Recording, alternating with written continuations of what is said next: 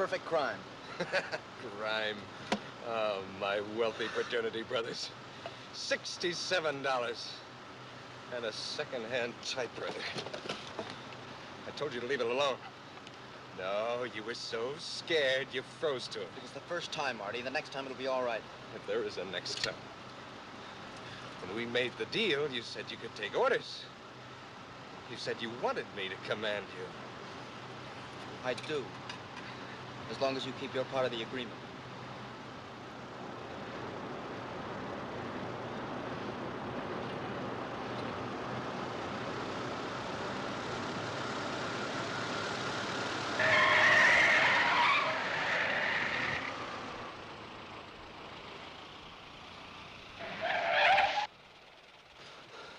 What was the big idea of that? There was a man in the road. You didn't even see him. Yes, I did. Take it easy, Artie. You'll get us stuck. Hey! All right. Come back here. You drive. Come back here. I want to talk to you. You trying to kill somebody? He's drunk. We better get out of here.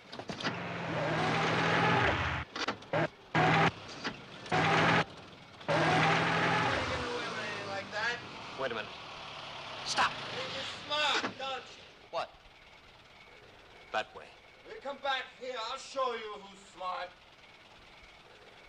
He's asking for it. Give it to him.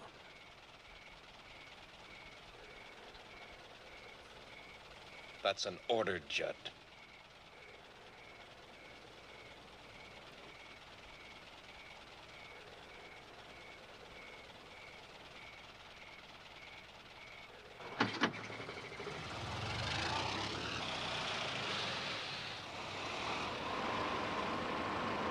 Faster.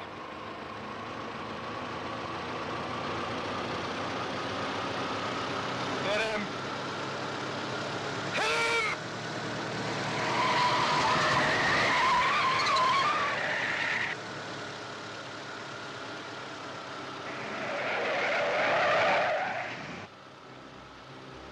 We almost killed him. Drunk. Would have known about it anyway. It would have been murder. Uh-huh. And you know why I tried it, Judsie? Because I damn well felt like it. That's why.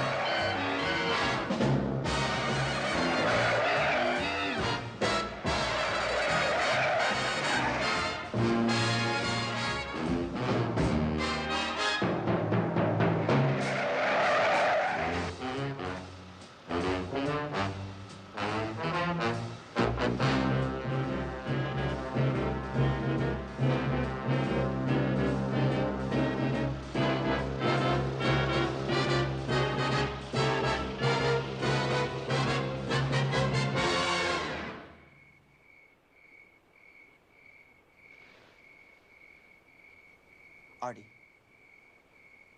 Artie, we're home. Artie. Bam!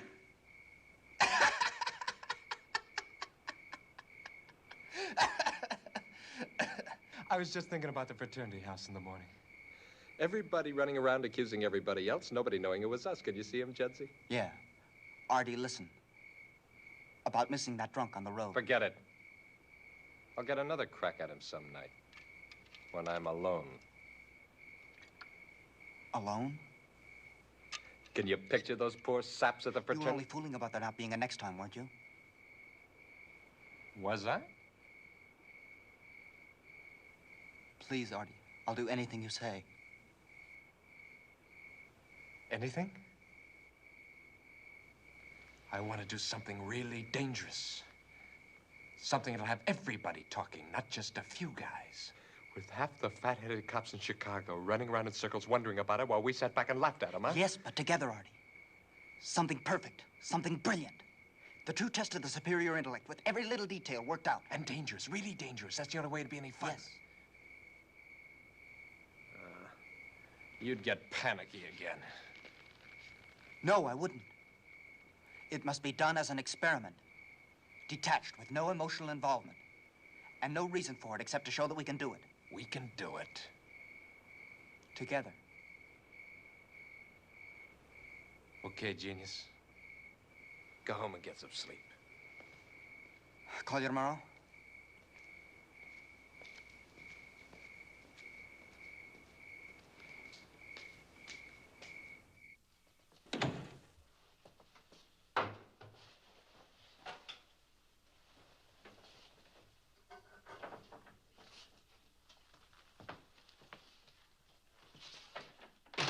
Judd? Where have you been? Father was worried about the car. You too. And me, too. That's very touching. Apparently his concern for me didn't give him insomnia. Don't be a smart aleck. Where were you?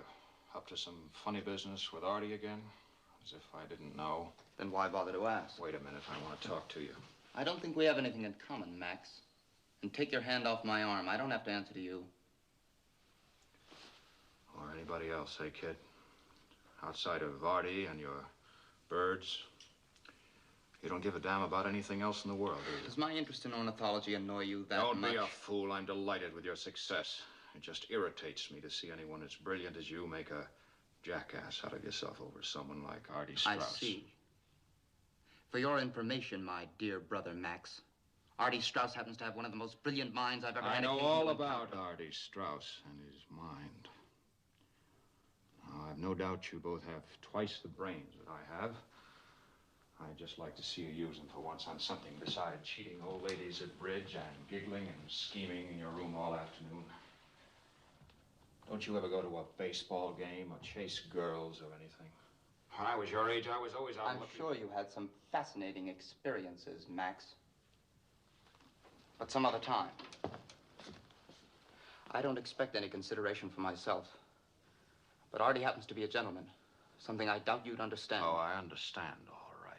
Would you like me to tell you something else about him? I think he's a dirty, evil... You keep your filthy mouth shut! I don't have to listen to your insinuations. Shut up, you wake up the whole house. I don't care. All right, cool down. I know that Artie's your friend, but I'm older than you, and I know what kind of trouble you can get into. I'm worried about you, Judd. Will you listen to me?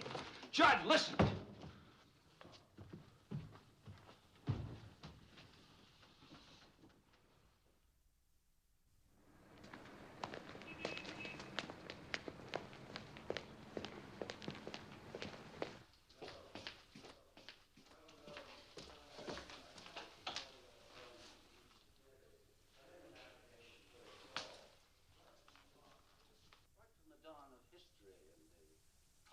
Code of an eye for an eye and a tooth for a tooth.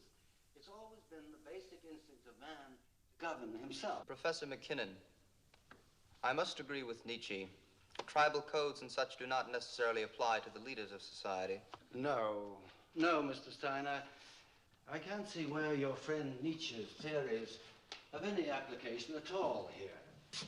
Hammurabi, Moses, Solomon, Justinian, they were all known as lawgivers. Actually, my question was whether Moses and the others felt that they themselves had to obey those laws. All men are bound by law, Mr. Steiner. And had Nietzsche been a lawyer instead of a German philosopher, he would have known that too.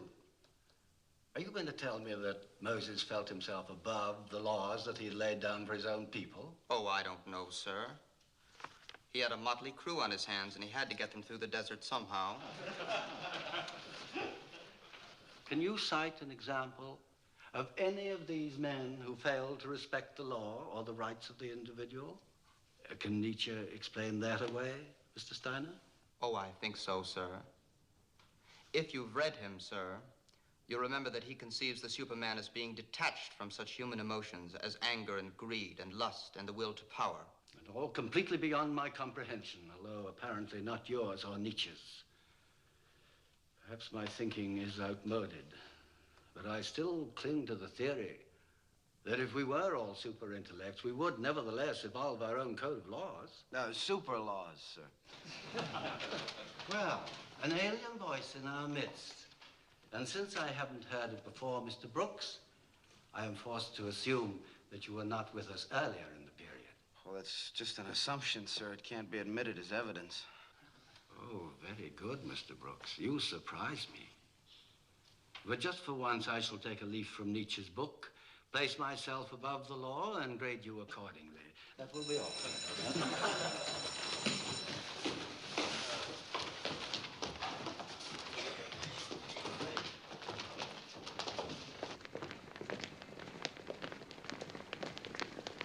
Every time I stick my neck out, he chops my head off. You get away with murder. How come? I don't know. He just doesn't seem to think very fast. He's supposed to be one of the brightest men on the faculty. I suppose he is. About this Nietzsche stuff, do you really think there are super intellects? Yes, as a matter of fact, I do. So then, just Artie? swing into the alley, bam, this torpedo cuts loose with a 38. That's my ear. Oh, come on, Artie. Cut You it think out. I'm kidding? All right, what do you think that is, huh? Well, it looks like a moth hole. Oh, no, Sid. He got that running whiskey in from Canada, just for the fun of it. Yeah, sure. Just for the You don't fun believe of it, huh? All right, I tell you what we'll do. We'll all go down there tomorrow night, the whole bunch of us, okay? The Four Deuces. Judd, you know the place, don't you? We're almost late now, Artie. All right, now, wait a minute. I gotta get this set. Sid, you can ask Benny himself about me. He runs the joint on Rush Street, 26. Looks like a store. Mike, you be there. Sally, bet. Pete. Sid, you can bring Ruth, can't you? Well, I tell you don't know. what, I'm Sam. supposed to work the late shift at the Globe. So, what time do you get through? Well, No, wait a minute. I tell you what. Just meet us there. I can pick up Ruth or Judd can. Wait a minute. You know Ruthie Evans, don't you, Judd? Hello? I don't believe I've had the pleasure. You do now, so that's all set. Sid, okay? All right, Ruthie? Fine. Perhaps Miss Evans would rather wait for Sid. No, I don't mind. Great. We'll That'll meet be there fine. at 9 o'clock. We'll make it a big celebration. Sure. Yeah. What are we celebrating? Oh, little business deal we got cooking, huh, Judsie? We'd better get going, Artie. Okay, what are you hanging around for? Bank job, nothing to it. Open it up with a hairpin. Yeah. See you later. That's like talking to a Roman candle. I know. Look, how come you told him you'd go? You know, those boys are millionaires' sons. I haven't got that kind of money to throw around. It was Artie's idea. Let him pay. How many times do I have to say it? When I go someplace, I I like to to pay pay my my own own way. way. Yeah, I well, know. Okay, I'll starve for a week. Don't worry. Mother'll feed you again. Hey, Brooks. Yes, sir. I like it. A good human interest. Have they really got that mouse in the physics lab? Well, I wouldn't have written it if they didn't, sir. Well, who knows? It might be good for a picture on the featured page. Well, I'll get the mouse. Give me a photographer. We'll go up to the lab. Relax. Get one out of the files. I got something else for you to do. There's been a report on a drowned kid that was pulled out of a culvert out in Hegwish Park. Now, here's the dope. And check with Tom Daly before you run off. He's working on a kidnapping, maybe a tie-in. Yes, sir. 10,000. What? 2,020s and 8,050s, right. That's all old bills and all typewritten, Mr. Kessler. Now, Mr. Kessler, of course I won't. The story is safe with me until you give me the word. Daly, sir. Tom Daly at the Globe. Thank you very much, sir. Kidnapping? Yeah, guy's afraid we'll run a story and scare the kidnapper off. Big millionaire out in Hyde Park. Ryan wants me to look at a drowned body. You think there's any connection? I doubt it. Kid probably just wandered off. Still, with all that dough. Yeah, don't waste any time getting out there. Here's what I've got on the description, and call me back, huh? Right.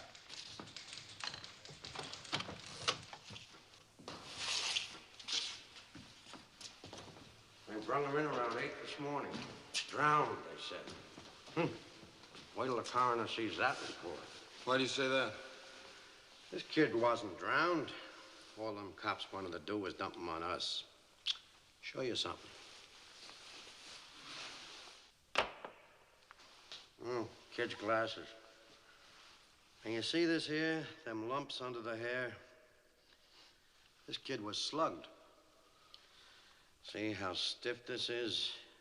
Dried blood. What's the matter? Nothing. Glasses. Oh. Now, in my opinion, this boy was hit on the head with a blunt instrument 2, 3 times. Jennings. That was the cause of death. What? Meat wagon's here. Okay, coming. Look, have you got a phone I could use? Right there. Leave a nickel on the desk.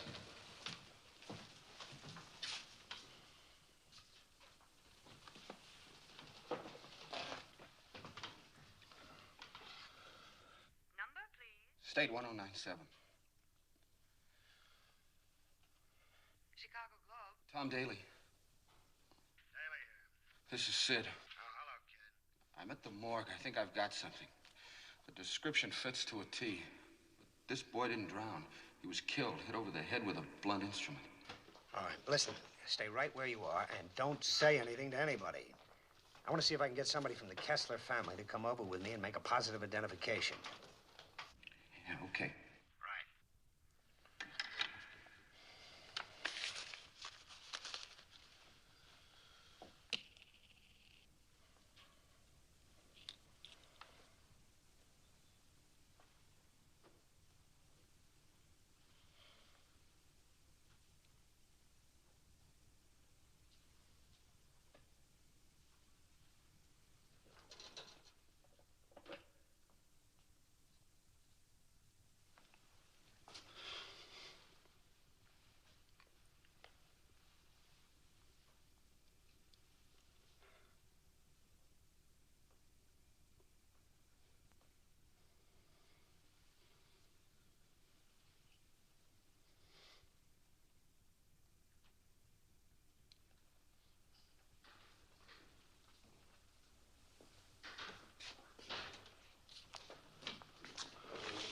Just one more question, sir. Did Paulie wear glasses? Glasses?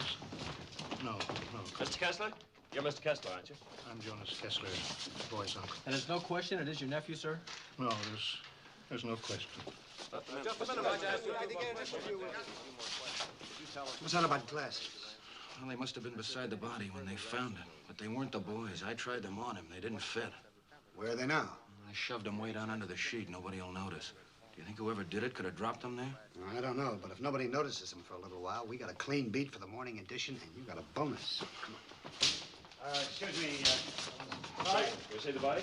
Okay, sure.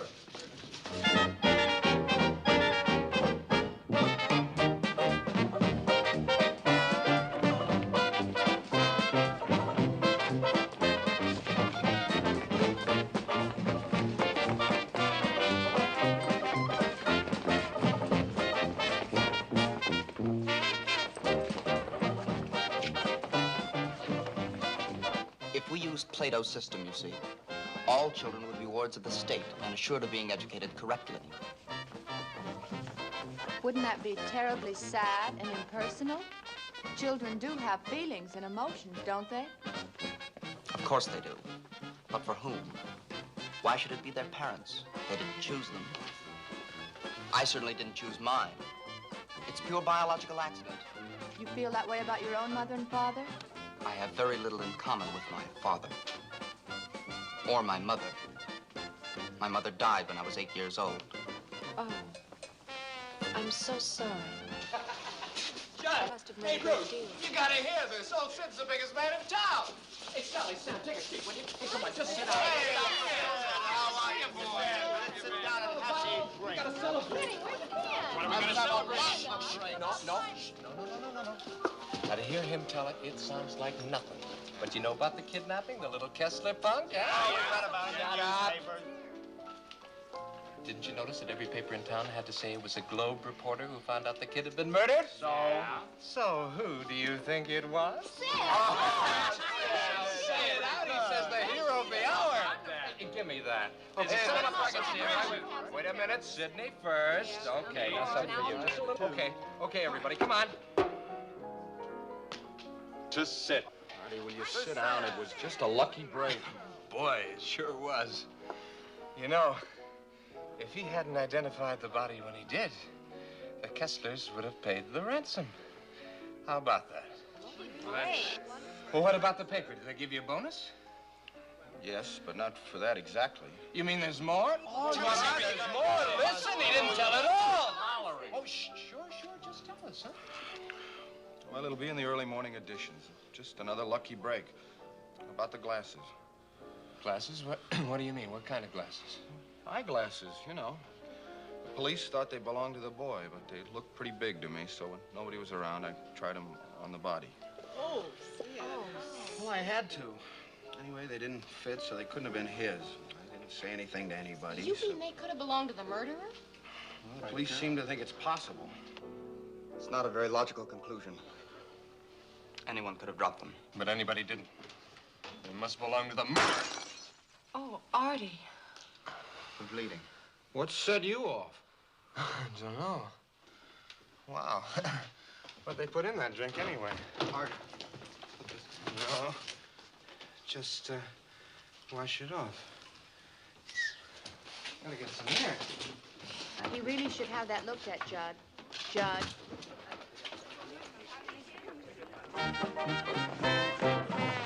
Well, at least he didn't propose another toast. He might have hurt himself badly with that glass.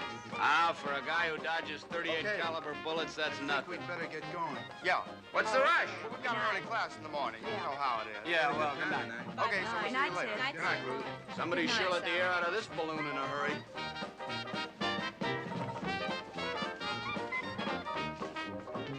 The check. Yeah, the check. $23.80. You wouldn't rush off and forget it, would you? This party was on Artie. Which one was he, miss? The wacky one? There goes the bonus. Thanks. I'll bring you the change.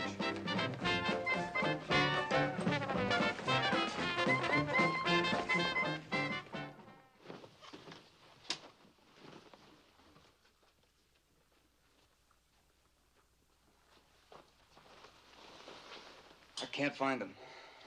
They've got to be here somewhere. I couldn't have left them out there. Of course not. The last time I wore them, I was studying. In that tweed jacket. Yeah, the same one he had on yesterday. The same one he tossed on the ground when he got that brilliant idea about hiding the body. He left him there like a calling card, didn't he, Teddy? Huh? I didn't drop them.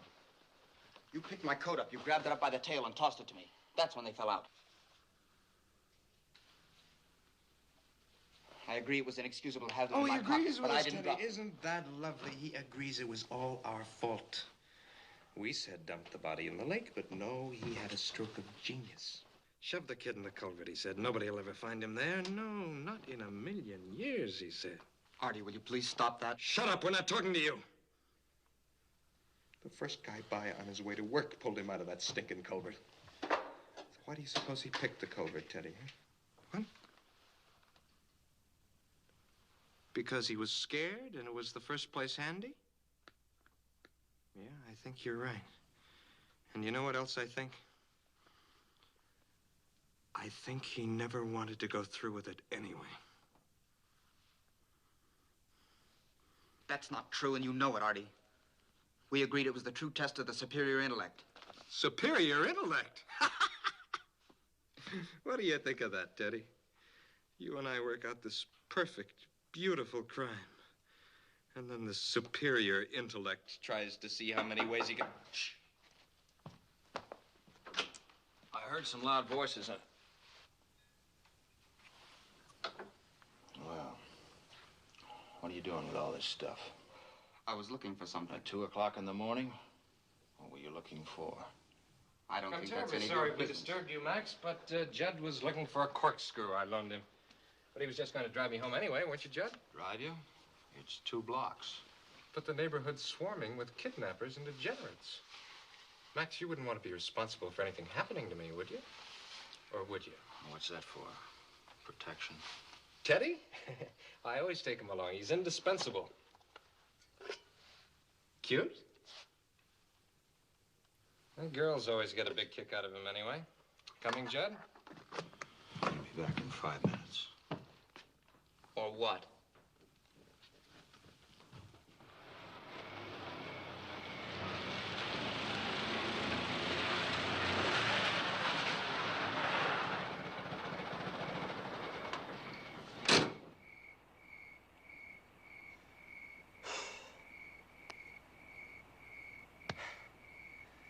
I don't know how I could have been so stupid.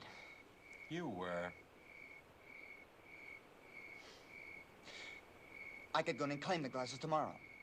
Tell them I read about them in the papers. Mm-hmm. Did you go out to the park a lot? With my students, sure. I don't have to know when I dropped them. Ah, you'd butch it up. As I say, Sergeant, I take my birding classes to the park very often. And there's just a possibility that I might have Birding dropped them. classes, Steiner? Hey, what are you, some kind of nut or something? I happen to be an ornithologist, Sergeant, with special permission from the Department of Parks to take my classes on field trips. Oh, I see. And, that's how you figure you lost the glasses, huh? It's possible. That, wouldn't have been, Wednesday afternoon, about Wednesday? 6 Oh, no, o'clock, sir. would it? I remember it particularly, because it was just about that time that a friend of mine and I picked up a couple of girls on Lakeshore Drive. They said their names were May and Edna, but I... Betty and Edna, you idiot. No, Artie. We agreed on May and Edna. I know we did. And we picked them up on Lakeshore Drive, right by the aquarium. So what difference does it make? So pat, nobody will believe it. When you start remembering details like that, they know it's an alibi. But it's all we've got.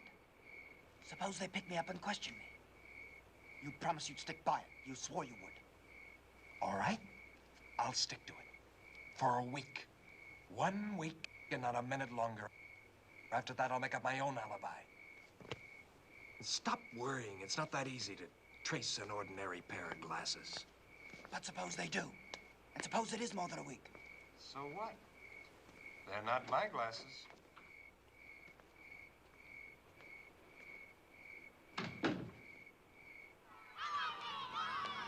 Tell us what you expect to learn by investigating the neighborhood around the school, Lieutenant? Well, I guess we'll just have to start right at the beginning and see whether anybody noticed anything at all. Have you checked Hey, with Sid. the teachers or the principal? Hi, Artie. What's going on? Well, they know the boy was in school on Wednesday. He never got home, so they think he might have been picked up along here somewhere. Nobody saw nothing unusual, Lieutenant, except one old dame. Thinks it was a big black sedan cruising around. When? When the kids got out of school. Well, what time? If you're talking about Paulie Kessler, officer, that would be about 4:10. The older kids stay on the playground till 5. How do you happen to know so much about it? I went here for 6 years. That's right, Lieutenant. This is Artie Strauss. He goes to the graduate school with me. Oh, well, I'd like to talk to you for a minute, Artie. Sure, Lieutenant. Come on over here, will you? Excuse us. Well, let's get a statement. Now, just stay right where you are for a minute, will you, fellas? How long ago's it been since you went here? 4 years ago. 4? Oh, I went to college at 14, University of Michigan. Well, I don't suppose the place has changed much in 4 years. Are they pretty strict here? Do they keep a pretty close watch on the kids? Oh. Do you ever notice any strange characters hanging around, like after school, I mean? Oh, no, the teachers wouldn't allow that. Oh. And the police are very efficient out here. Well, what about the teachers? Any oddballs? Most of them, if you ask me, Lieutenant. Like who, for instance? Oh, well, Mr. Henderson was one. Always telling us we were spoiled brats, had too much money, you know, that kind of... Yeah. Is he still here? Why, sure, he's right over... Gosh, Lieutenant, you don't think he had anything to do with Paulie? No, no. Which one did you say he was? The guy with the sweatshirt. Just throwing the ball. Henderson, huh? Any others? Well, Pop Wiggin. That's the gray-haired one. I guess you wouldn't say he was exactly normal. Snapping towels at kids in the gym, stuff like that. But that wouldn't mean anything. No, no. Wiggin, huh? Wiggin, with an N.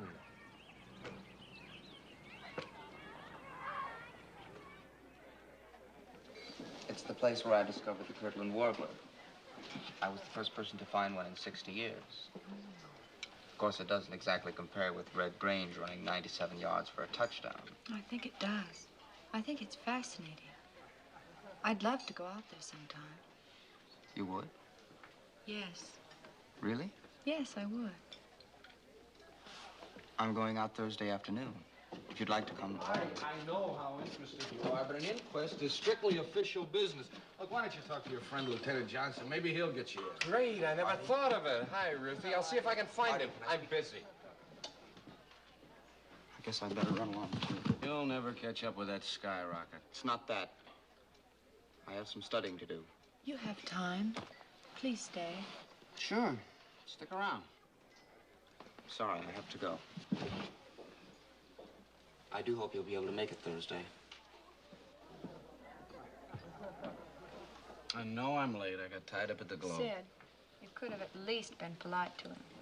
First, Artie brushes him off, and then you treat him as if he's some piece of the furniture. Okay, honey, I'm sorry.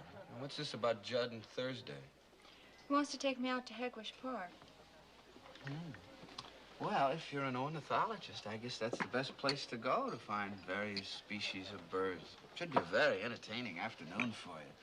Watching Judd and all the other strange birds. Stop it, Sid. Judd isn't as strange as you're making him out to be. And I really don't think he's that different from any other boy. Yeah, I guess he isn't. But what? Well, you know, birds, a genius IQ, graduate school at 19. I just don't get the feeling he's going to challenge Dempsey for the title. Just because he can speak about something besides sex, you and Artie and all the rest of you seem to think he's some kind of freak. Look, honey, for all I know, he's another Casanova. I just don't think I'm going to have to worry about you in Hegwish Park.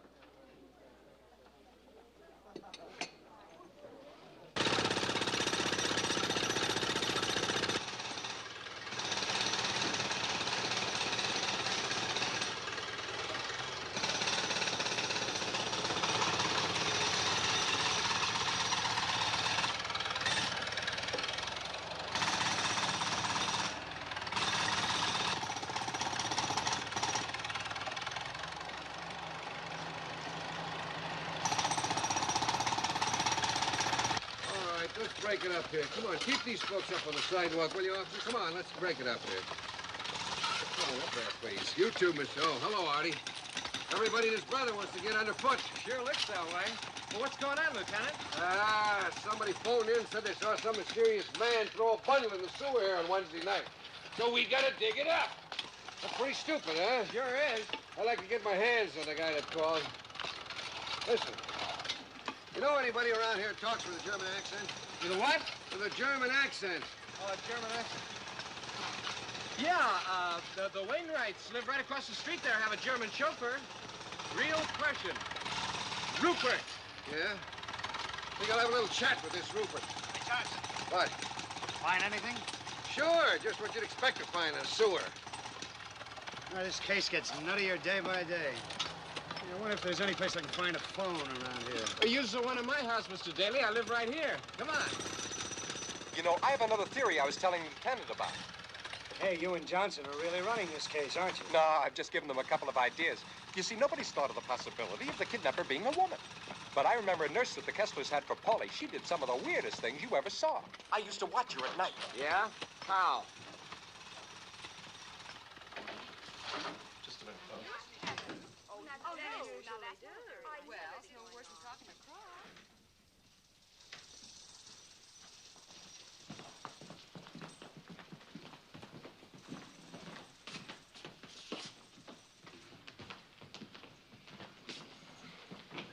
Bunch of old biddies playing cards. If they knew you were reporters, they'd be all over you. Phone's right over there, Mr. Daly. Oh, thanks. Would you like a drink? Why not? Yeah. Sid, come here. State 1097. Okay, hold it. Now, watch this. Hey, all pre-war, too. What would you like to drink, Mr. Daly? If it's pre-war, I wouldn't know the difference. Oh, give me Ryan. See, is Scotch all right, Sid? It's 12 years old. Great. What do you think about that nursemaid, Sid? I think she'd sweat as much as the school teachers. Now, wait a minute. You surely don't think I told the lieutenant about them just to get them in trouble, do you? Well, they got into it just the same. You think the school will take them back? But, gee, I hadn't thought of that. But that was a terrible thing for me to do, wasn't it? Well, not if there were any chance of them being guilty. Well, even so, that's just... Okay, call you back. Anything new, Mr. Daly? No, not much. Police are so desperate, they're looking for anybody who even had mud on their shoes last Wednesday night. Thanks.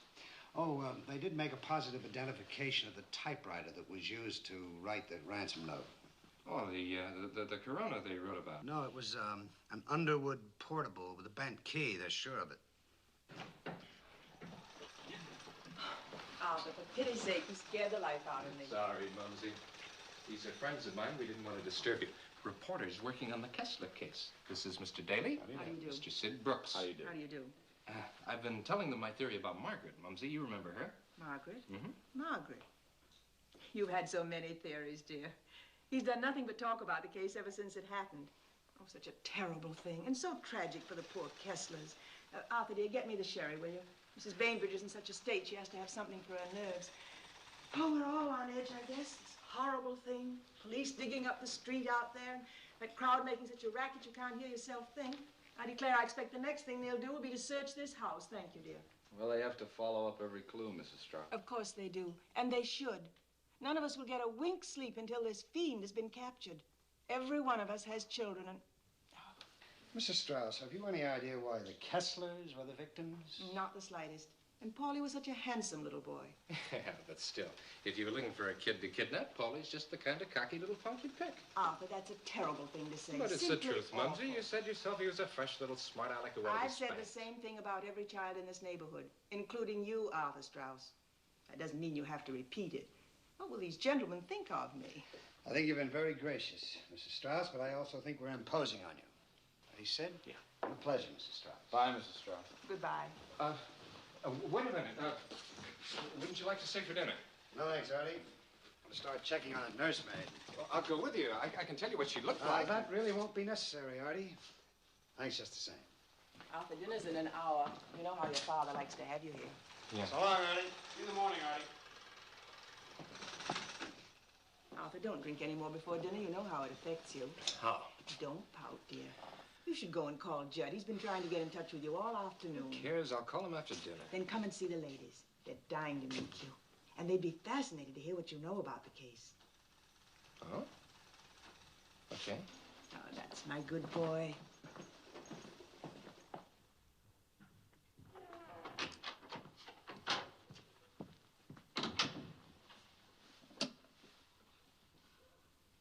Central 1099. Where'd you get that typewriter, Steiner?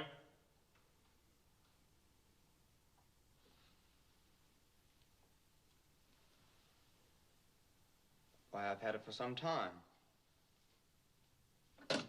Why do you ask? Not bad, Judson. Artie. Not bad at all. I was just trying to get you, you damn fool. Me? I don't keep an Underwood portable with a bent key. Didn't I tell you to get rid of that thing? Now they've made a positive identification of it. Suppose they suddenly decide to search all the houses in the neighborhood, huh? If you think it's that important, I'll get rid of It is? I'll find a place for it. And leave another pair of glasses? I've seen enough of your hiding places. This time I'll do it myself. Tomorrow afternoon, maybe. We could drive out by the, stockyards. Not tomorrow afternoon. Oh, you got another date? You ditching me for some girl? I haven't been able to find you for 3 days. I've been doing exactly what we said, watching the cops run around in circles. Who's the girl? Ruth? Good, Ruth. You gonna take a birding? Egwish? She said she was interested. Good idea. We'll have her out there all alone, huh? No witnesses? Yeah, you'll be perfectly safe. Girls never talk about it afterwards. She can scream her head off. Oh, what's the matter? Isn't that what you planned? No, it isn't. You're not falling for her, are you, Judd? Of course not. I just hadn't thought of that. But this is your chance. Now, look. We agreed to explore all the possibilities of human experience, didn't we? Unemotionally detached. Put together, Artie. Sure, but I've done things alone. You can, too. Don't tell me you haven't got the nerve.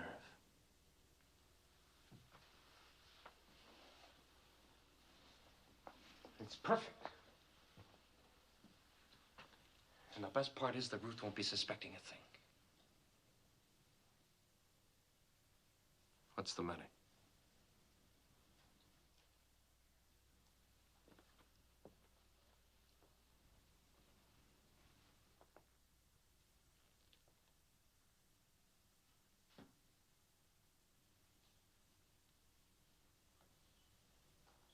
You want me to order you to, Judd?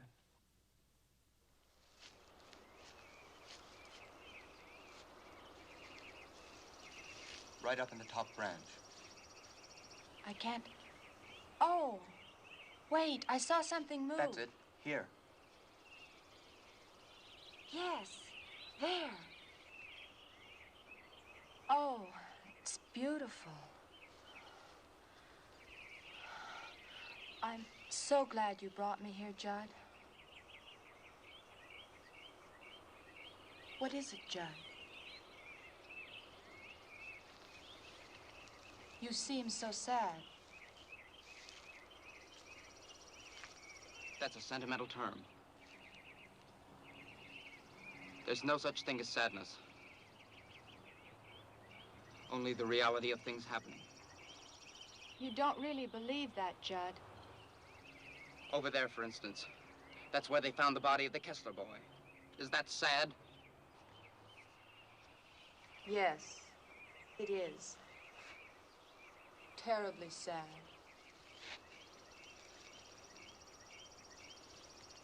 Is it sad that you're here, all alone with me?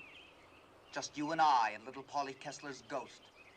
You shouldn't joke about that. Why not?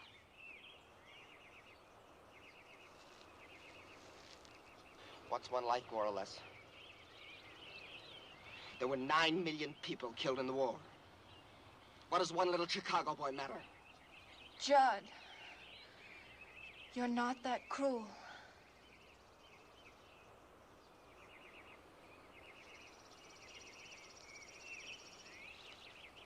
No. No. Murder's nothing. It's just a simple experience. Murder and rape. Do you know what beauty there is in evil? Is there? Yes. You tried to frighten me, Judd. If you were to move now, why don't you run? Is that what you want me to do? Yes. Do you have to attack me, Judd? I don't have to do anything. If I attack you, it's because I choose. No! Ah!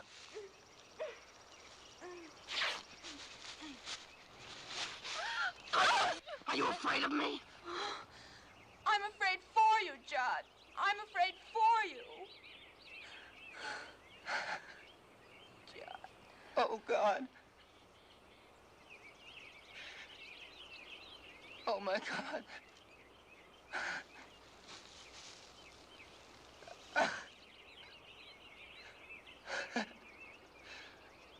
I'm so ashamed. Artie?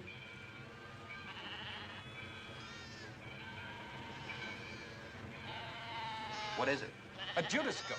Didn't you ever see one? No, what does it do? Watch and you'll find out.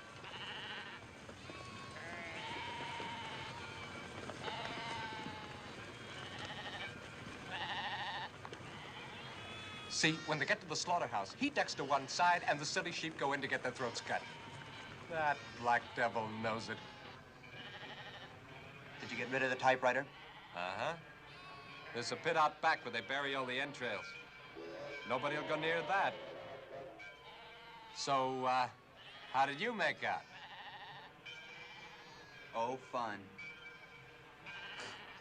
You're pretty smug about it. But if you did, how come you're not sweating? Like after Paulie, and after you found out about those stinking glasses. I just wasn't rational at the time. After thinking about it, I realized there was nothing really distinctive about them. There must be hundreds exactly like them right here. 4,200 to be exact. I asked Lieutenant Johnson. You asked the police? Sure, why not? I figured we might as well know, so I asked Johnson why they weren't following that lead. You fool. You're sweating again, Judsie. Why? Now we know. They can't trace 4,200 pair. They can't trace anything. The whole case will blow over in a couple of weeks. Hey, come on, let's go watch them slaughter the sheep.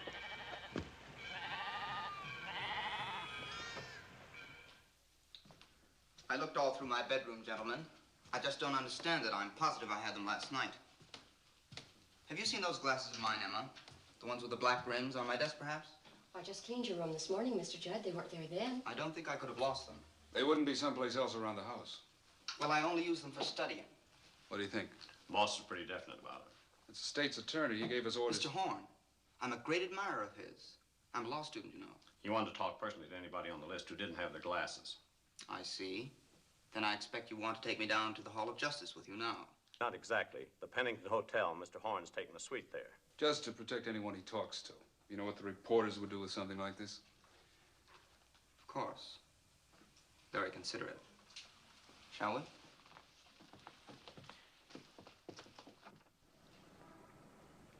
I certainly wouldn't want you to admit something you're not sure of, Judd. But it is possible you could have dropped these out there. Yes, it is possible. If they actually were mine, sir. As I say, I very often carry them in the breast pocket of my jacket. This jacket, as a matter of fact. When I take my classes to Hegvig. And you were out there Tuesday, the day before the crime? Yes, sir. I should think you would have checked that first. There are 10 members in my class, all very reputable people, I assure you. Oh, come on, Judd. You're taking this all much too seriously. We all know you're a prominent ornithologist. It's entirely logical that your glasses could have dropped. Oh, I'm all right. It's funny they didn't drop out of my pocket.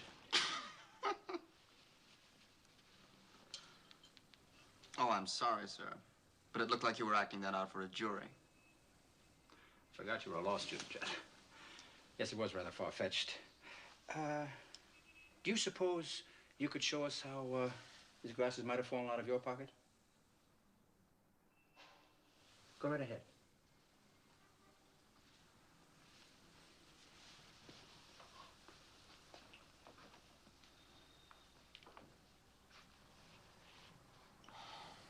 Of course, the terrain is considerably different out there. Of course. I suppose I could have tripped over a root or something. Like this.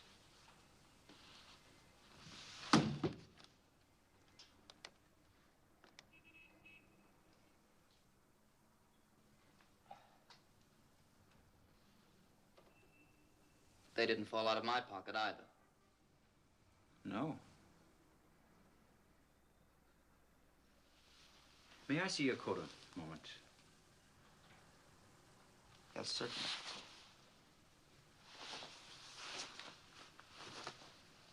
Could you have taken it off because of the heat or something you wanted to do and then picked it up later?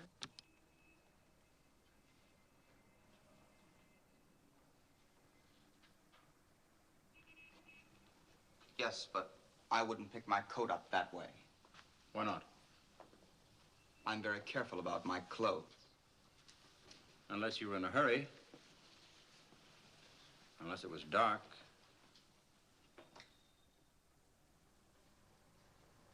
Well, this is all purely academic if they're not really my glasses, isn't it, sir?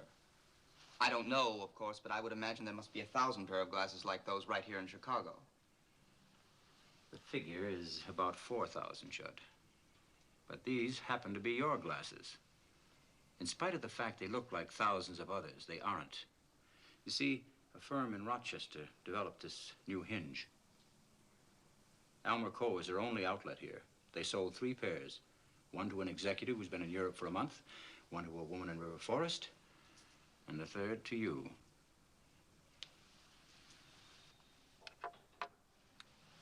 Interesting? Now, how would you like to tell us about Wednesday afternoon?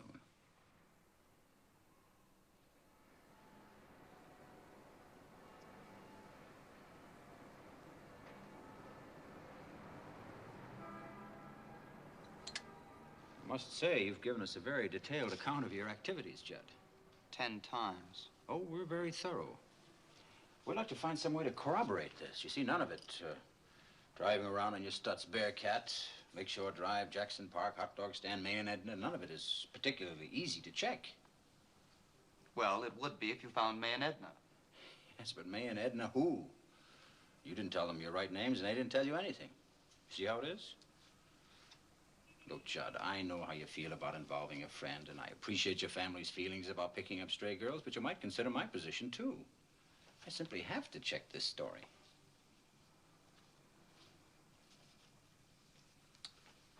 Look, Judd, I give you my word. I'll never say anything to either of your families if you tell me your friend's name. Then we can wash this all up and have you home in time for dinner.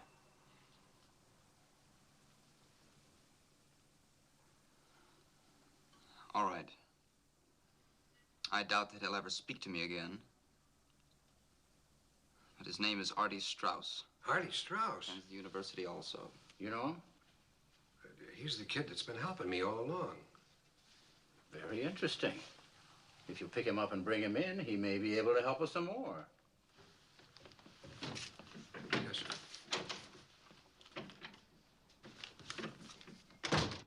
Right through here. Straight ahead. Come on. Open up. Hurry up. Come on. Hurry up.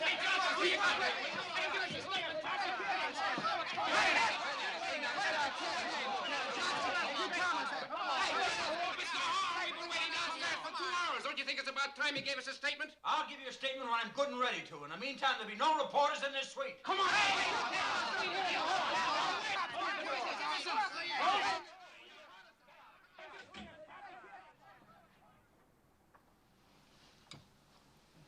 That's better. Anything I can get you, Strauss? Artie. Just make it Artie, sir. I could use a cigarette if you have one. Came away so quickly that I didn't... Have one of mine. Thank you. Oh, this is Mr. Horn, Artie, the state's attorney. Artie Strauss, sir. Nice to know you, sir. I guess you're the man I want to see. Oh? Well, you see, I don't know exactly why I'm here. But if we could make it as quick as possible. Oh, I think we can do that, Mr. Strauss. Artie, please, sir. You see, I answered the door when your men arrived, and since I didn't want to worry Mumsy, my mother, that is, I just came along. Oh, all right. Well, this won't take but a few minutes. Oh, fine. You see, dinner's at 8:30, and Dad likes me to be on time, particularly when we're having guests. Judge Conway, or Conroy, I think it is tonight. Well, that'll be Judge Conway of the Superior Court. In that case, we'll make it extra brief. Won't you sit down, Artie? Well, I'd prefer to stand if you don't mind, sir. The nervous type. But, please. Thank you.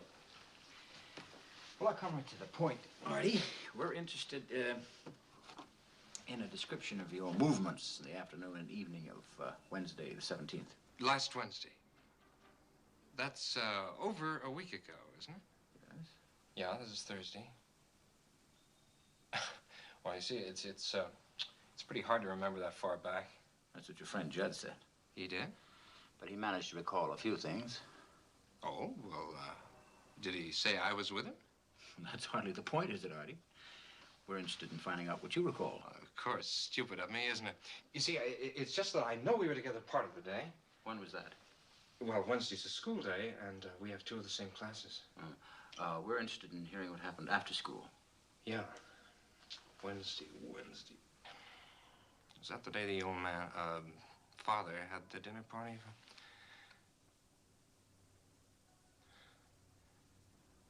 Wednesday was the night the little Kessler boy was kidnapped.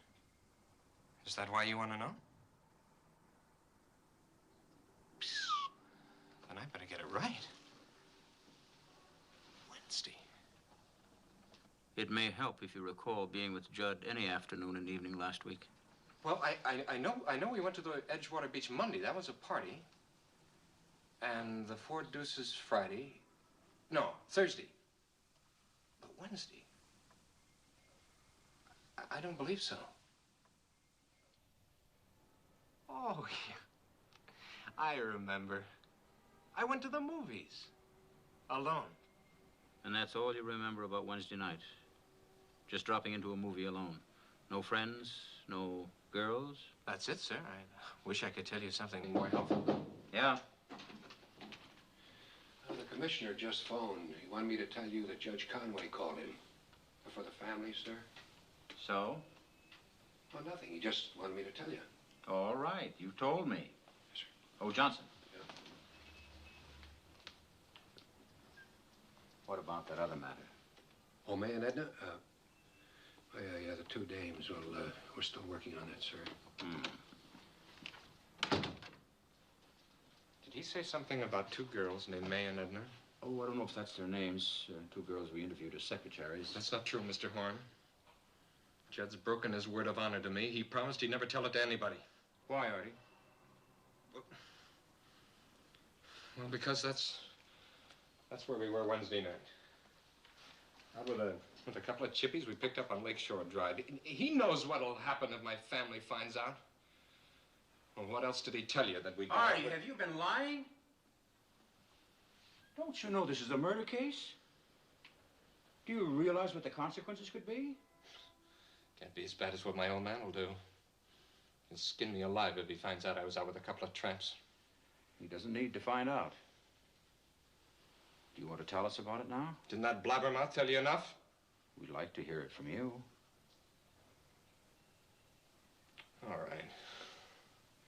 Well, look, it wasn't so much anyway. We were just out cruising in Judd's Stutz, and we saw these two tramps, May and Edna. They said their names were.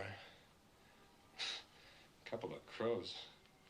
Anyway, I wound up with Edna, and Judd was left with... Yeah. Follow them on what? Roller skates? They just went down the freight elevator and took off.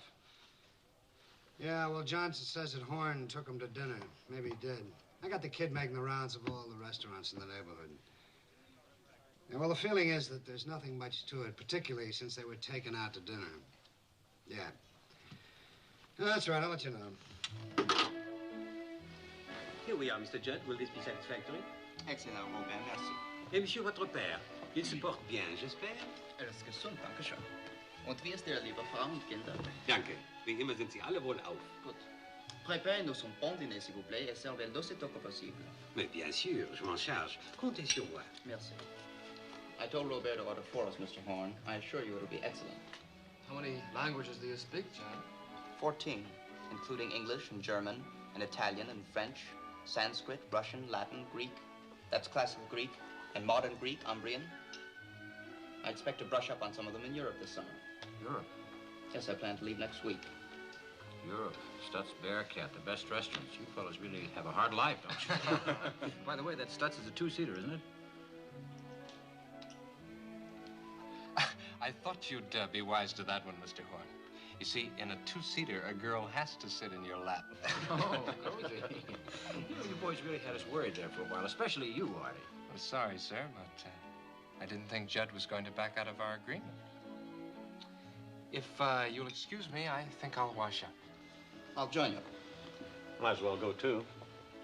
Mr. Horn, it looks as if you're still not quite certain.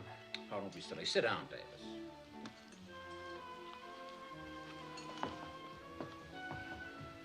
I don't think they had anything to do with it. I don't know. The stories tally, but what do you think, Whitey? These kids, a couple of powder puffs. They're too afraid of their fathers to do anything. And far too intelligent. If they'd have come up with the same stories right away, I might have thought something was fishy, but... Anyway, how long can you hold them? There's the commissioner, Judge Conway, I know. the family. I wish I were as sure as you are, but... Those damn glasses keep bothering me. Here they come. Hey, hey, wait. Where are you cooking?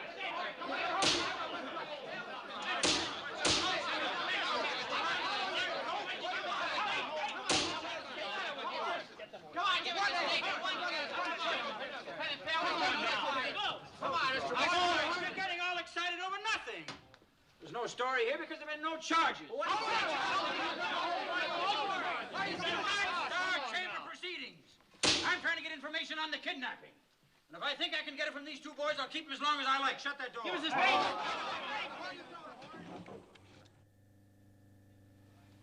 You know, they're right, Chief. We can't hold them much longer without a charge.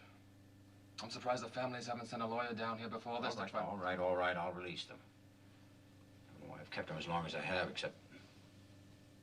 No, never mind.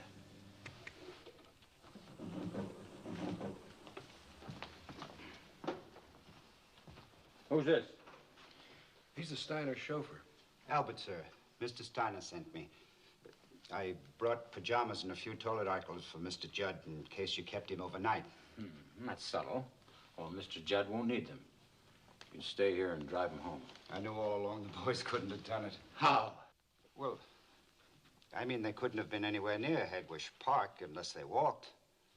Mr. Judd Stutz was in the garage all afternoon. The Stutz Bearcat? Wednesday? Yes, sir. I know, because Wednesday is my afternoon off. I stayed home to change the brake linings. You're sure it was Wednesday? Yes, sir, I'm sure. Well, of course you're sure. Thank you very much, Albert. I wish we'd known this before. Thank you.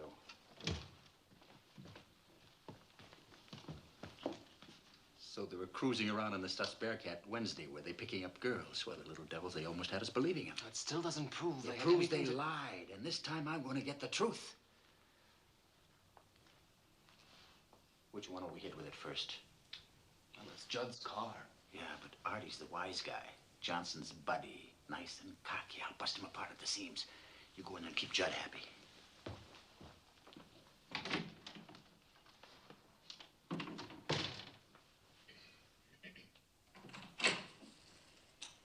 Well, Artie, how do you feel after your dinner? A little sleepy. Oh, really? Well, it's the shank of the evening.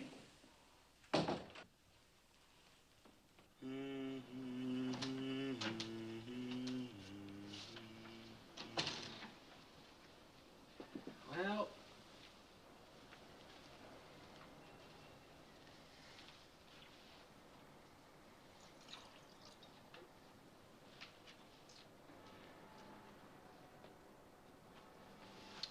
It's all over, Steiner. Your partner's confessed everything. Oh, come now, Mr. Horn. Isn't this the sort of thing they do in detective stories? You can hardly expect me to be taken in by that, even if there was something to confess. Yes, I guess it was rather stupid of me at that. You might also have taken into consideration that aside from the fact that he's my best friend, Artie is far too intelligent to... To be trapped by us poor specimens? I suppose so. But Artie was such a good friend of a young man who helped him write a ransom note on a stolen typewriter and who rented a black sedan from the Collins Drive Yourself agency on May 16th that I thought it might joggle your memory. Do you take me for an idiot? Let's see, what did he say about that car? Oh, yes. I drove it. Judd Steiner was sitting in the back seat with Paulie Kessler. I don't know how it happened, but Paulie started to struggle. Judd told him to be quiet, and then he hit him. He hit him very hard.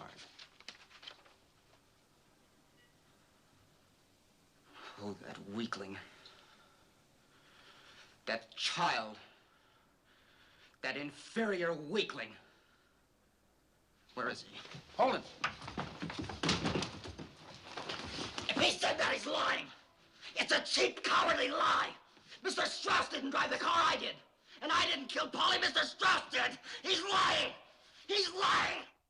There's only one man for this case. He's the best lawyer in the country, and he's here in Chicago. That atheist, I won't have him. He's a skeptic who makes a mockery of religion. And the best trial lawyer in the country. A charlatan, a lying, drunken jury swayer. But a winner. And he's fought capital punishment all his life.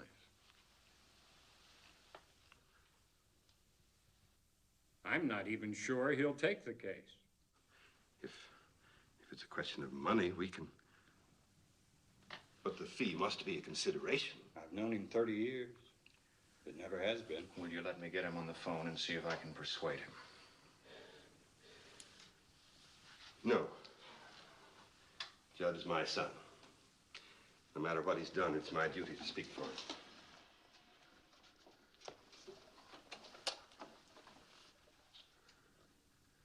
He'll give me information. I want the number of Jonathan Wilk. W-I-L-K. Judd cleaned up most of it, and I helped him. When it was as clean as we could get it, we got in the car and drove for a while.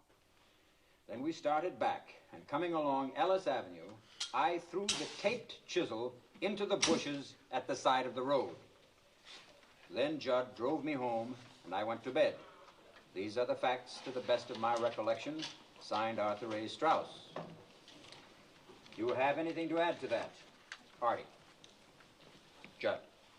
With the exception of saying that I killed Polly, Mr. Strauss has done such a brilliant job, no one could think of adding anything to it. If Mr. Steiner hadn't involved me in that asinine alibi, there wouldn't have had to be a confession. And as far as killing the kid goes, I was sitting in the back seat where...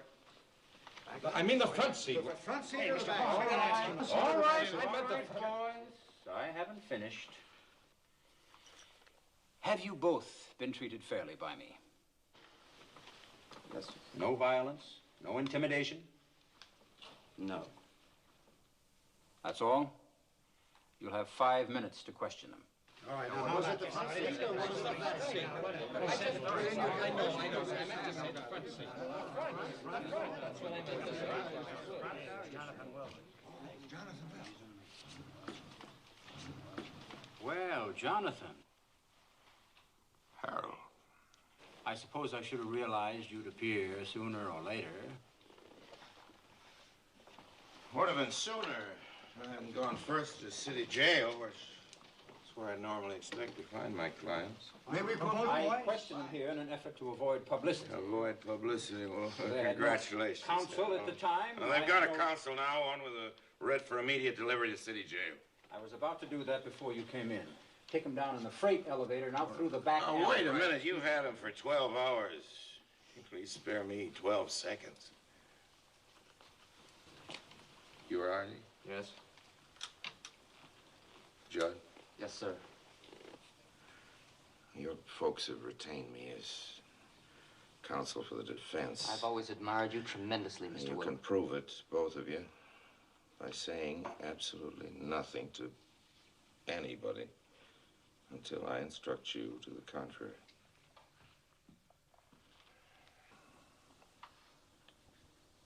That's it, Harold. Let's go. Come on, Warren. Open it up, everybody.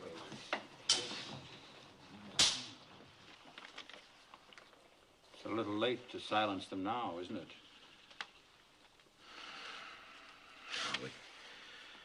We do what we can.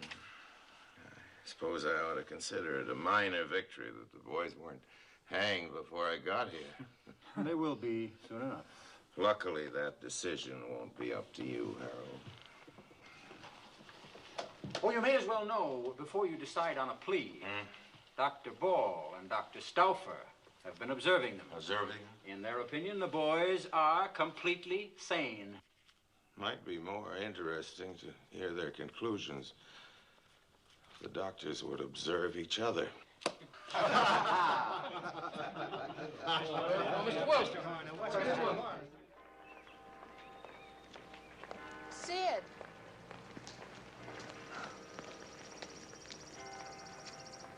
Is it true, Sid? Yes, it is. Oh, I just can't believe it. Well, you can believe it, all right. And the confessions they signed will take them right to the gallows. Oh, my God. But look, Ruth, be sensible. I mean, they're murderers. How do you think the Kessler family feels? I know how they must feel, Sid. But I can't help feeling sorry for Judd and for Artie. Sorry for them, Ruth. They plotted a cold-blooded killing and went through with it like an experiment in chemistry. Sid, Judd isn't like that. Believe me, I know. How do you know? Will you just believe that I know? No, I won't just believe you. Something must have happened. Well, did it? Well, did something happen?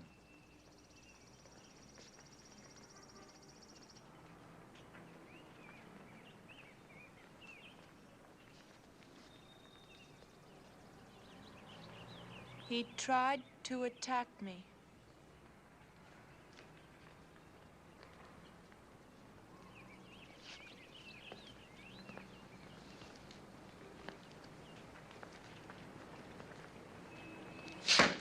Dirty little degenerate. Please. It wasn't the way you think at all. He made an attempt at it. He couldn't go through with it, Sid. He was like a child, a sick, frightened child. I don't understand you, Ruth. He tries to rape you. And you defend him. I know. It's difficult to understand. But see, you weren't there. You didn't see him like I did, Sid. If you did, you'd have some compassion or sympathy for him. Believe me. Ruth, you sound as though you're sorry he didn't go through with it.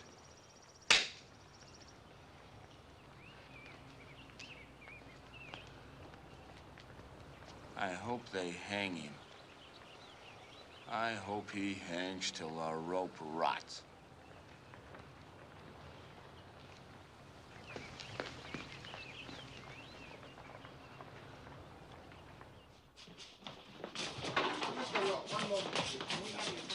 Okay, my part.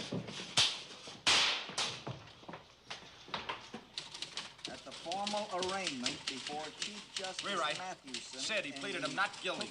That's right, not guilty. The Chief Justice set the trial date for 4 weeks from today. Wilk wanted more time. Hold it, he's coming in now. I'll call you back. You mean you're actually going to conduct a psychiatric study on them? With the best men in the profession. Why, Mr. Wilk? To determine the facts. Have they got the facts? And haven't the state psychiatrists already pronounced them sane? Indeed they have. The state psychiatrists have pronounced them completely sane. Yes, after searching and exhaustive study, isn't that right, Harold? 10 minutes in a crowded hotel room. Oh, we're up against some brilliant minds in this case, so we don't have a minute to lose. If you'll excuse me, gentlemen. Definitely will be based on insanity, won't it? Well, now, we'd be pretty stupid, wouldn't we, to divulge our tactics to the prosecution. The defense will be based on the results of the study. Of course, we'd be glad to join forces with Mr. Horn's psychiatrist. No? It's too bad, Harold. Might have been a real contribution to criminology. That's the way you feel about it. Good day, gentlemen. Mr. Horn, why do you object to joining forces? Might prove interesting. Joint study of what? Two evil minds that don't deserve to live a day longer? Do you really think these boys don't know the difference between right and wrong? That's the legal definition of insanity in the state, and no team of psychiatrists is going to change it.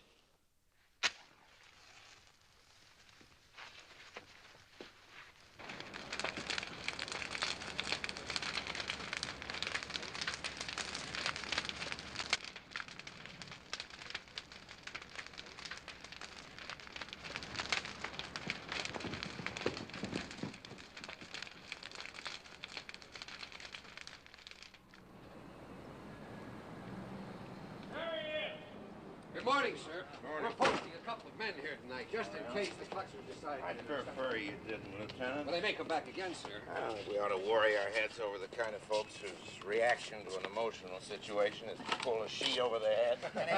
Any comments on this fiery cross business, Mr. Wilk? It's much too warm for an open fire. Are you worried about getting an impartial jury after this, Mr. Wilk? I've been worried about juries for more than 40 years. But, Mr. Wilk, with public feeling the way it is, Yeah? don't you think this is a hopeless case, even for you? That's what I keep reading in your newspapers, but I'd rather leave the final decision to a judge, not your editors. Mr. Wilk, it's common knowledge you take more than half your cases without a fee. No offense, sir, but is it true you're getting $1 million for this one? It's been a matter of public record for 2 weeks now. The State Bar Association will determine the fee. Well, if the fee isn't that important, sir, why take the case? Well, I did give it some thought, but, you know, it occurred to me that to deny the rich the same right of defense as the poor might be to go along with the same kind of thinking that started that fire. Morning, gentlemen. Thank you, Mr. Thank you very much. Good morning, sir.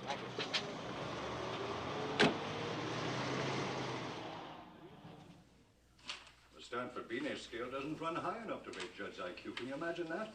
And yet on several others, both he and Artie showed no more emotional maturity than 7-year-old. It's amazing, isn't it? Well, I find lacking any conclusions. Yes, well, we had several days' discussion about that, and most of us agree that Judd is paranoid and Artie's schizophrenic. But not enough to be declared medically insane? Well, that's a very indefinite term, Mr. Wilk. We prefer not to use it. It's very definite in a court of law. Of course. And that's why we prefer you to draw your own conclusions. Thanks, Doc. Based on your legal knowledge, of course. Of course. And I have to add that none of us is in complete agreement. Oh, well, that's going to be very helpful.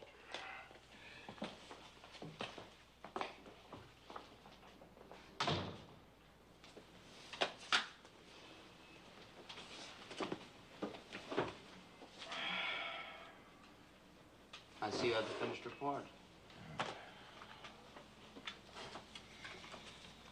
Should be intensely interesting. These have been the most fascinating 4 weeks I've ever spent. Do you think that'll be a major contribution to criminology? I'd hardly say that, Judd. Why don't you tell him the truth? It all adds up to 6 feet of rope and a hangman. No, this report might be useful. They're betting 20 to 1 we hang. If it's the long shot you're looking for, I've got one just as good. You know that guard that brings us up here every day? He's got a sick wife, 5 kids, and a house they're gonna throw him out of. I know, I talked to him. For $5,000, he could be looking the other way when we come past the admitting desk. 3 steps, we're outside. There's a car waiting with a motor running. And a mad dash to the Canadian border, Artie? Okay, so we do it your way and go to trial in the morning. Oh, still one subject that concerns me. The newspapers have been pointing it out. The state's attorney may try to do something with it. It's the fact that, aside from each other,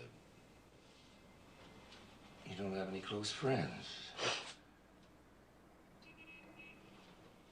We didn't have any other friends because there was no one of sufficient intelligence and maturity worth cultivating. Is there anything wrong in that? Nothing, unless the state's attorney wants to make something of it with hostile witnesses. If he calls him, I'd like to have somebody speak for you. I'll give you a flock of them. I've got a little black book in my desk at home. The cops haven't taken it. It's got the addresses of 40 or 50 girls I've been out with in the last 2 years. Ask any one of them what she thinks of me. No, I haven't any little black book. No girls?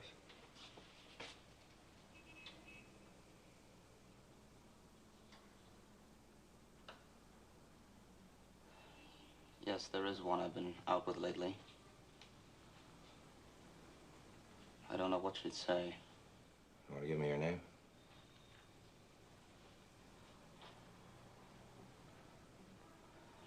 Ruth Evans.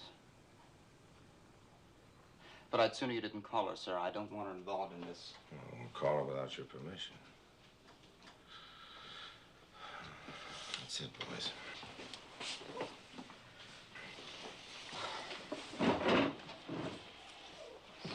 Mr. Wilk, can I ask you one thing?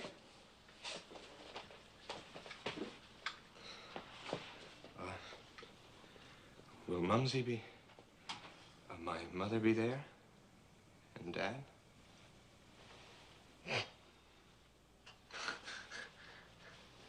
Why? What am I talking about? Tuesday, the old lady has the bridge club, and the old man's got his regular date at the country club. They'd be suckers to sit in a crummy courtroom in this weather.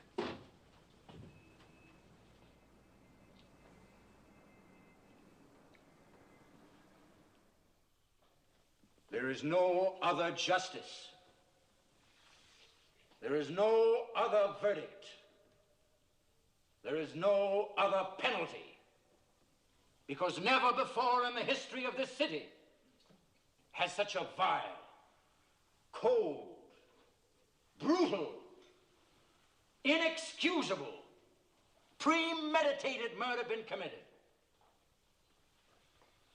Gentlemen of the jury, my office, representing the outraged citizens of Cook County, dedicates itself to presenting the evidence in this case in such a manner that the perpetrators of this crime shall be convicted and hanged as swiftly as possible.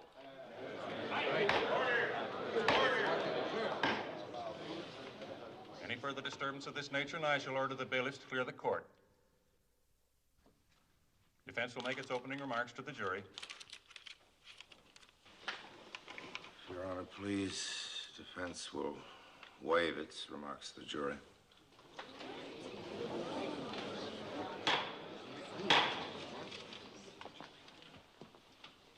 The court will approve the intent at this time to change the plea to guilty. What?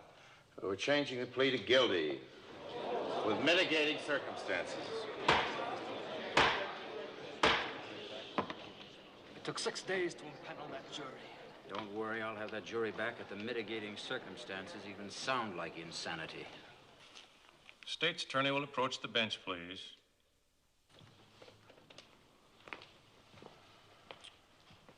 The court accepts your change of plea to guilty for the defense, Mr. Wilk. Before I dismiss the jury, may I see both of you gentlemen in chambers? Be a short recess. And unless you've completely lost your faculties, sir, I demand an explanation for this fantastic about-face. Mr. Strauss, I have never in my life Mr. Strauss has every right to question my judgments. I've taken a big responsibility. If I'm going to persuade anybody of the boy's emotional instability, it's going to be the judge alone. But we hired you on your reputation as a manipulator of jurors. Of course we did. That's your sitting reputation. in that courtroom today, studying that jury. We wouldn't have had a chance with him. No, Mr. Wilk. I can't understand any of this. Will what you did today help Artie?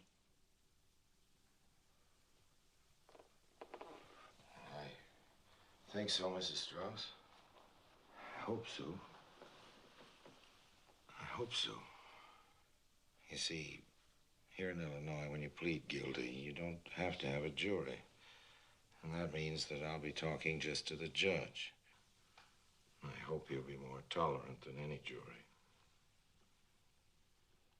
Hope. But I think they should know that if it becomes a question of actual insanity, a jury will have to decide it. But you throw the jury out. Then the judge will have to recall a jury. But what else is a psychiatrist's testimony except insanity? Functional disorders, emotional imbalances, Don't tell me that. psychotic They are either impulses, which insane only- or they are not. A sane person can't commit an insane act. And after what you did today... Mr. Strauss, I'll understand if you'd rather have another lawyer. No, sir. Lawyer. Now? The best kind. Between now and 9 o'clock tomorrow morning? Ridiculous.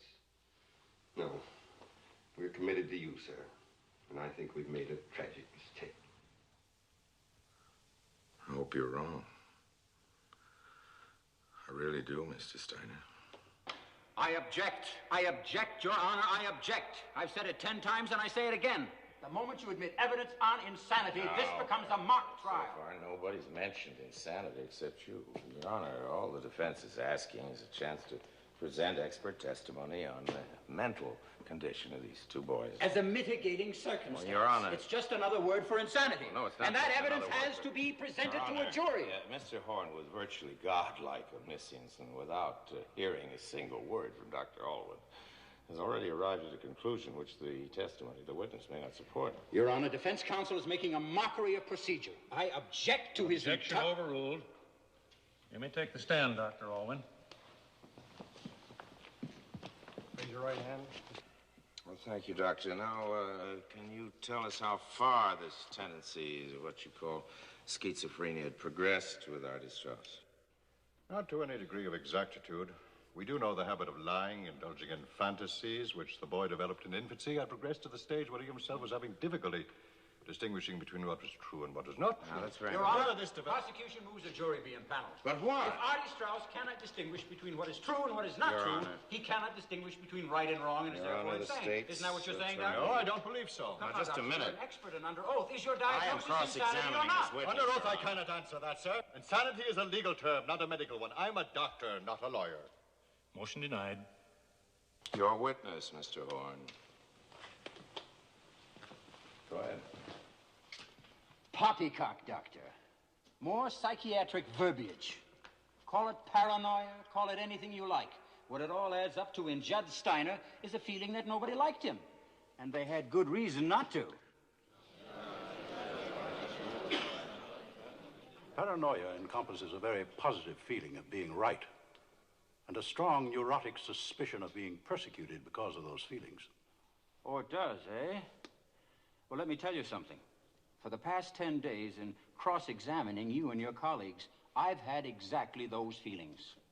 I know I'm right, and I have a distinct feeling of being persecuted by the defense. Do you think I should be committed? Your Honor, I submit that if the subject to be debated here is Mr. Horn's sanity, for once I agree with him, only a jury could determine that.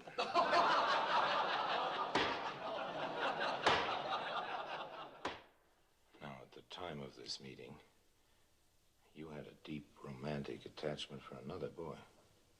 Yes, sir. And yet you also feel a romantic attachment for Judd. I felt he was alone and terribly unhappy. I see. But did Judd give any demonstration that he liked you as a woman? He kissed me. That's all. No further advances. There were, but they stopped. Would you keep your voice up, Miss Evans? I couldn't hear you. But they stopped. I'm sorry, Miss Evans, but were they of such a nature as to make you determined never to see him again? No, they were not. You would have seen him again. Yes. Within a few hours after this, Judd was arrested. How did your feelings toward him change then? Of course. I realized that the unhappiness I sensed in him had caused him to commit a violent and insane crime. And with this knowledge, would you still see him again? Yes. I felt sorry for him then, and I feel sorry for him now.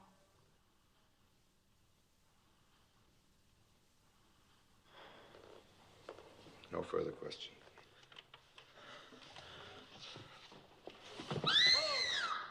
Stand back.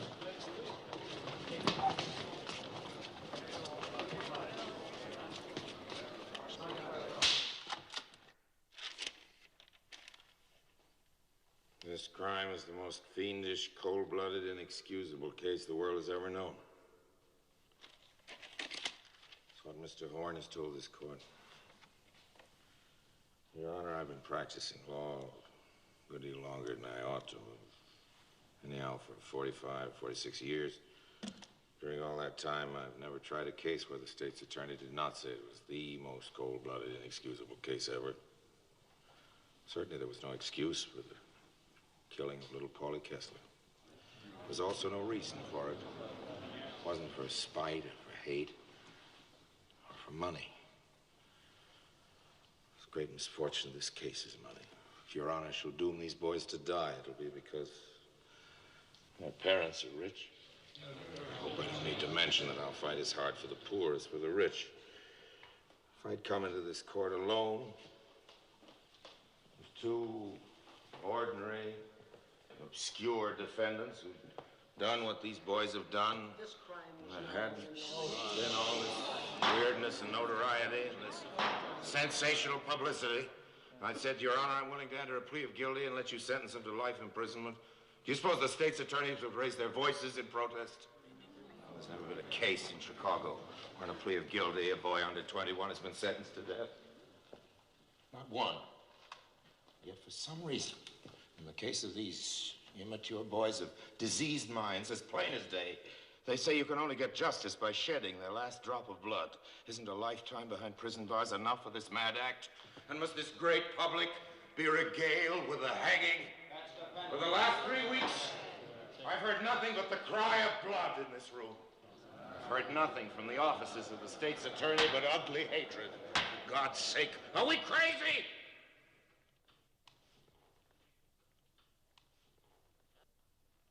If you hang these boys, It will mean that in this land of ours, a court of law could not help but bow down to public opinion.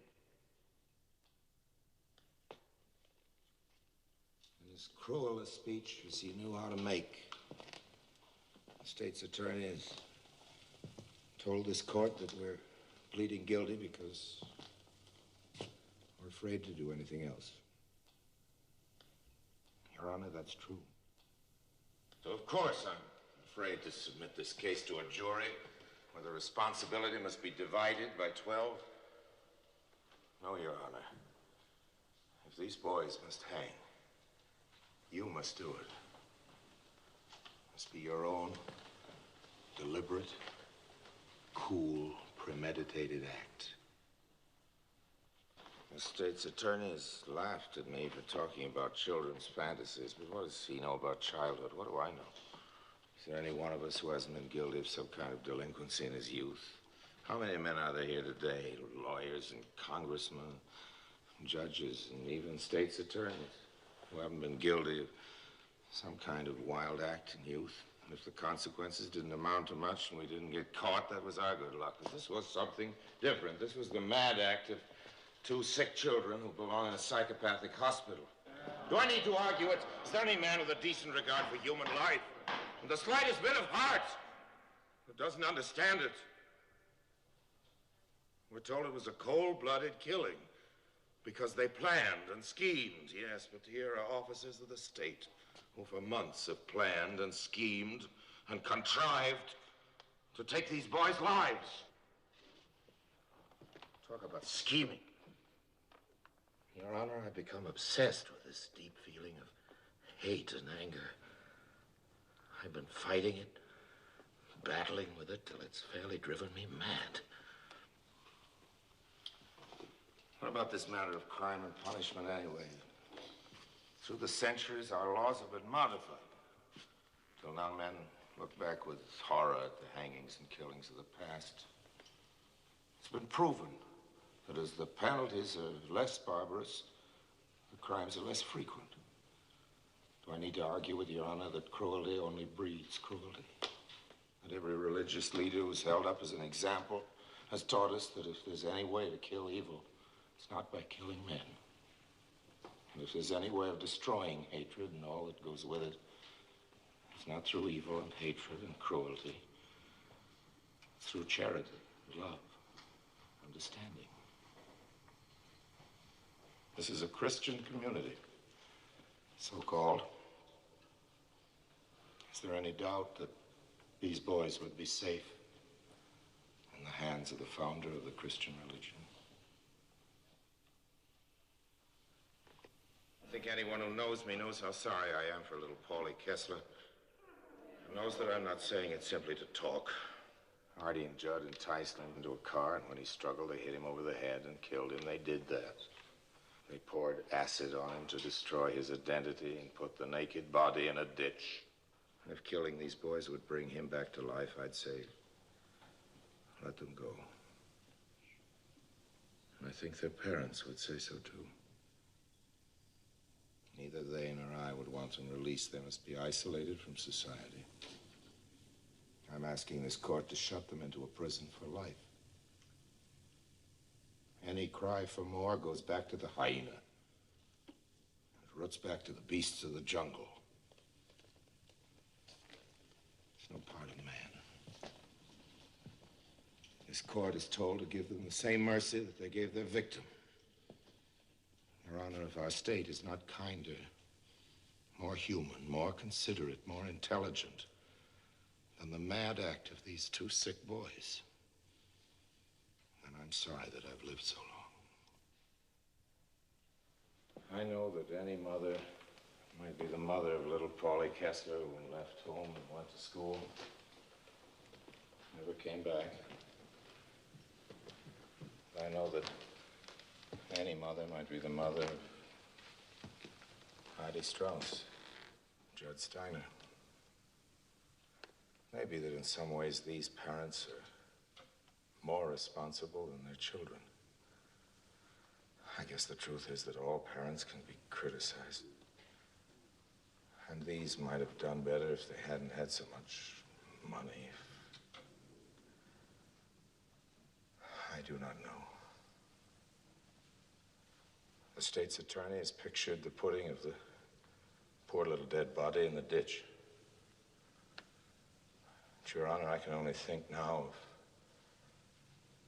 taking these two boys, 18 and 19, penning them in a cell, checking off the days and hours and minutes until they're wakened in the gray of the morning and led to the scaffold. Their feet tied, black caps drawn over their heads, stood on a trap, the hangman pressing the spring. I can see them fall through space. I can see them stopped by the rope around their necks. It would be done, of course, in the name of justice.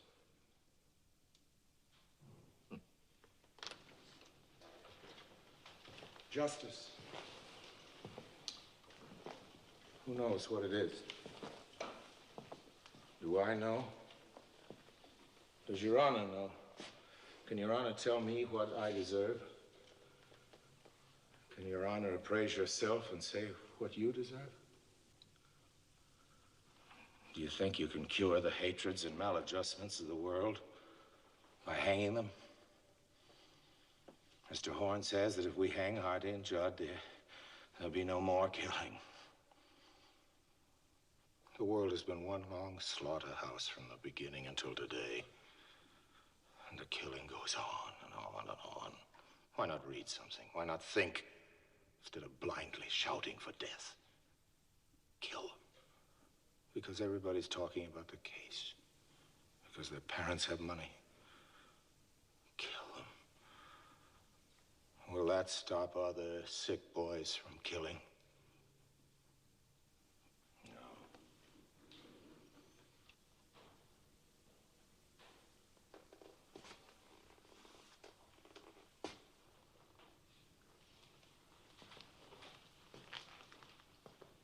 It's taken the world a long, long time to get to even where it is today. Your Honor, if you hang these boys, you turn back to the past. I'm pleading for the future. Not merely for these boys, but for all boys, for all the young. I'm pleading not for these two lives, but for life itself. For a time when we can learn to overcome hatred with love. When we can learn that all life is worth saving. And that mercy is the highest attribute of men. Yes, I'm pleading for the future. In this court of law, I'm pleading for love.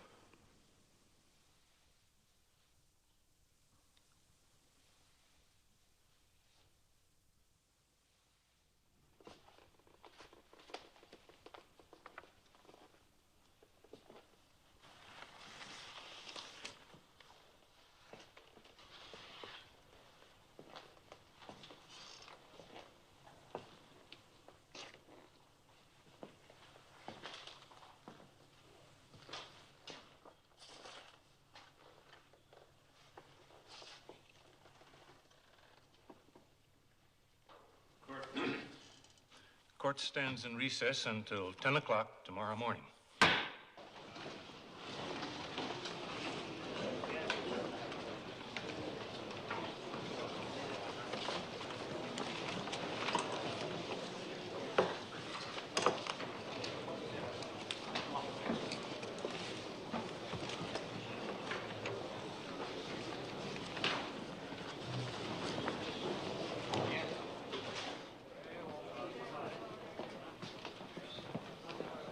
Ruth.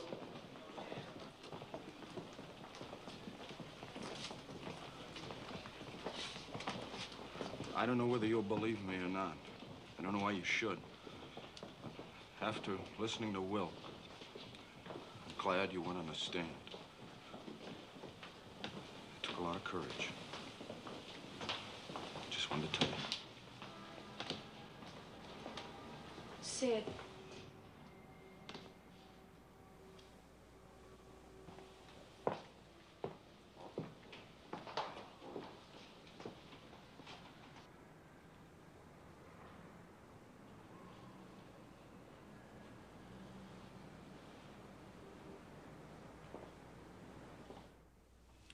For the crime of murder, to be confined in the penitentiary at Joliet for the term of your natural life. For the crime of kidnapping for ransom, to be confined in the penitentiary at Joliet for 99 years. The sentence is to run consecutively. Court is adjourned. So we slept through 3 months of misery just to hear that.